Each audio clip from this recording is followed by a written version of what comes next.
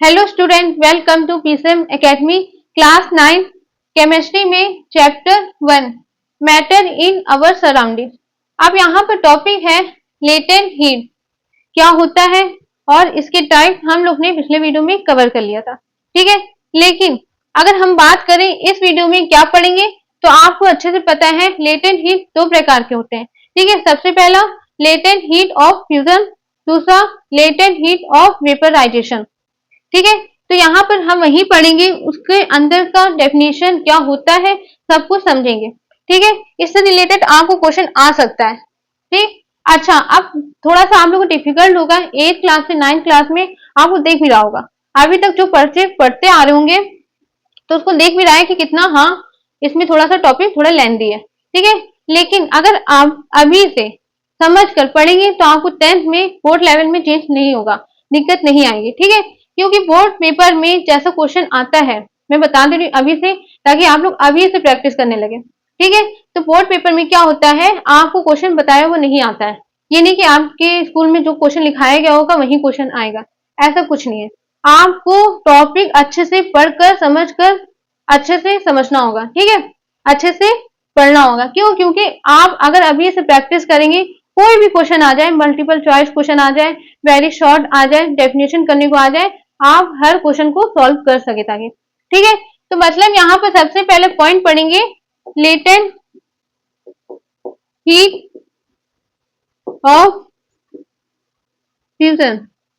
ठीक है, मैं क्यों कह रही हूँ, ताकि आप लोग अभी से प्रैक्टिस कर लीजिए, आपको 10th क्लास में दिक्कत ना आए। ठीक है, आप लोग दिक्कत ना हो। अगर आप अभी से रट के पढ़ेंगे है ना, तो फिर 10th में आपको दिक्कत होगी। ठीक, तो आप इससे अच्छा अभी से प्रैक्टिस करिए, अभी से समझ कर पढ़िए। ठीक, तो चलिए अब हम पढ़ते हैं लेटेंट हीट ऑफ फ्यूजन। ठीक, ध्यान से समझिएगा। ये क्या है? कंटेनर है। ठीक है, एक कंटेनर है, इसमें हमने, ध्यान से देखिएगा। ठीक, ये एक कंटेनर है, इसमें हमने कोई भी सॉलिड सब्सटेंस रखा है। ठीक है, अच्छा, आप पहले मैं बता दूं आप लोग को, इस चैप्टर को स्टार्ट करते ही हम लोग ने यही पढ़ा था सॉलिड क्या होता है, लिक्विड क्या होता है एंड गैस क्या होता है। ठीक है, तो अब आप लोग को दिक्कत नहीं हो रही होगी कि सॉलिड क्या होता है। ठीक है, तो यहाँ पर हमने एक कंटेनर में सॉलिड सब्सटेंस रखा। ठीक, अगर डेली लाइफ यूज की बात करें हम, आपको अच्छे से पता है सॉलिड में क्या आता है, एग्जाम्पल दिया था मैंने, आइस, बर्फ। ठीक है, लेकिन हमने यहाँ पर आइस को नहीं लिया, अभी हमने एक एज्यूम कर ली, यहाँ पर कोई भी सॉलिड सब्सटेंस है उसका नाम हमने रख लिया एक्स। ठीक, उसका नाम हमने रख लिया एक्स। ठीक, अब जो एक्स है इसका जो मेल्टिंग पॉइंट है वो कितना है? मेल्टिंग पॉइंट क्या होता है, अब बहुत बच्चे ये पूछेंगे, 50 डिग्री सेल्सियस हमने ये ले लिया, एज्यूम कर लिया। देखिए, मेल्टिंग पॉइंट अगर आपको पता करना है तो सबसे पहले आप पिछले वीडियो में पढ़िए जाके, आपको बहुत अच्छे से समझाया है फ्यूजन के अंदर है ये मेल्टिंग पॉइंट क्या होता है। फिक्स टेम्परेचर में कोई भी सॉलिड क्या हो जाता है, लिक्विड फॉर्म में कन्वर्ट होने लगता है, तो उसको हम कहते हैं मेल्टिंग पॉइंट, फिक्स टेम्परेचर पर। ठीक है, तो अब यहाँ पर हमने जो एक्स नाम लिया है उसका जो मेल्टिंग पॉइंट है वो है 50 डिग्री सेल्सियस। ठीक है, अब यहाँ पर हमने क्या किया, इस टॉपिक में हम यही पढ़ रहे हैं, इसको क्या करेंगे, हीट देंगे। ठीक है, ये हम हीट देने लगे। ठीक, अब टेम्परेचर जो था 50 डिग्री सेल्सियस, अगर मान लीजिए जो हम हीट दे रहे हैं तो यहाँ पर टेम्परेचर कितना हुआ, टेम्परेचर हो गया 30 डिग्री सेल्सियस। ठीक है, एक टाइम आया 30 डिग्री सेल्सियस, लेकिन फिर क्या हुआ, क्या ये मेल्ट होने लगा? नहीं। तब यहाँ पर क्या है, हमने फिर 40 डिग्री सेल्सियस, तब भी ये सॉलिड मेल्ट नहीं हो रहा है। ठीक है, तो यहाँ पर जैसे ही हमने 50 डिग्री सेल्सियस किया, समझिएगा ध्यान से, जैसे ही हमने 50 डिग्री सेल्सियस किया, ये क्या होने लगा, हीट अभी भी दे रहा है, ध्यान से देखिएगा। तो जैसे ही हमने टेम्परेचर को 50 डिग्री सेल्सियस किया तो ये क्या होने लगा, जो सॉलिड सब्सटेंस है वो मेल्ट होने लगा। ठीक है, मेल्ट होकर के वो क्या होगा, लिक्विड फॉर्म में कन्वर्ट हो जाएगा। ठीक, तो यहाँ पर टेम्परेचर क्या हो गया, अब आपके मन में आ रहा होगा और क्या टेम्परेचर बढ़ेगा? बिल्कुल नहीं पड़ेगा। ठीक है, इस जो सॉलिड का जो नाम था एक्स, उसका मेल्टिंग पॉइंट कितना था, 50 डिग्री सेल्सियस था। ठीक है, तो अब टेम्परेचर इंक्रीज नहीं होगा, अब टेम्परेचर क्या हो गया, कांस्टेंट हो गया 50 डिग्री सेल्सियस, लेकिन हीट क्या हो रहा है, अभी भी इंक्रीज हो रहा है। ठीक, अब जब हीट अभी भी इंक्रीज हो रहा है तो ये क्या काम कर रहा है, स्टेट को चेंज कर रहा है, सॉलिड स्टेट से लिक्विड स्टेट में बदल रहा है। ठीक है, तो ये क्या होगा, एक टाइम आएगा जब पूरा कंप्लीट तरीके से सॉलिड जो है वो लिक्विड फॉर्म में कन्वर्ट हो जाएगा। ठीक है, यहां लिख दे रही मैं। ठीक, मतलब आपको अभी भी समझ में आ रहा होगा। टेम्परेचर क्या है, कांस्टेंट हो गया, टेम्परेचर इंक्रीज नहीं हो रहा है, लेकिन हीट क्या हो रहा है, इंक्रीज हो रहा है और ये स्टेट को चेंज कर रहा है। ठीक है, तो मतलब इस पूरे कॉन्सेप्ट में हम लोग ने क्या समझे, इस पूरे सॉलिड को, जो सॉलिड सब्सटेंस है, हीट इंक्रीज हो रहा है और टेम्परेचर कांस्टेंट है, जो सॉलिड सब्सटेंस है वो लिक्विड फॉर्म में कन्वर्ट हो रहा है, कन्वर्ट होने में। ठीक है, इस पूरे सॉलिड से लिक्विड कन्वर्ट होने में जितना हीट एनर्जी एब्सॉर्ब हुआ, उस हीट को हम लोग बोलते हैं लेटेंट हीट। ठीक है, उस हीट को हम लोग क्या बोलते हैं, लेटेंट हीट। अब आपको अच्छे से समझ में आ गया होगा। टेम्परेचर को चेंज नहीं होगा, टेम्परेचर में कोई चेंजमेंट नहीं आएगा, लेकिन हीट क्या करता है, स्टेट को चेंज करता है और सॉलिड स्टेट से लिक्विड स्टेट में कन्वर्ट करने में जितना भी हीट एनर्जी एब्सॉर्ब होता है, उस हीट को हम लोग बोलते हैं लेटेंट हीट। अब आपको अच्छे से समझ में आ गया होगा। अगर हम बात करें मैम डेफिनेशन क्या होती है, तो डेफिनेशन में आ जाइए आप, ध्यान से देखिएगा। Definition, amount of heat required to change the state of 1 kg of solids completely into liquid is called latent heat of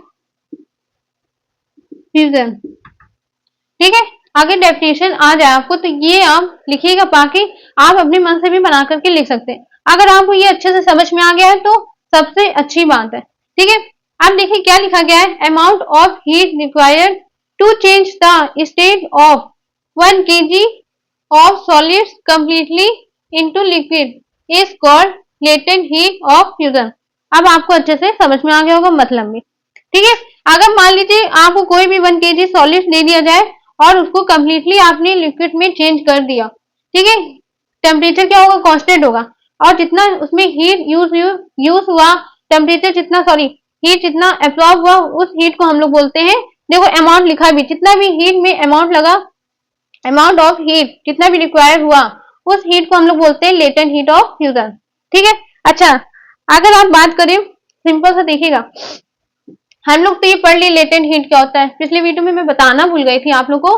latent heat का फॉर्मूला भी जान लीजिए, आपको सबसे बेस्ट है, मल्टीपल चॉइस में भी आ सकते हैं। ठीक है, लेटेंट हीट का फॉर्मूला क्या होता है, एसआई यूनिट।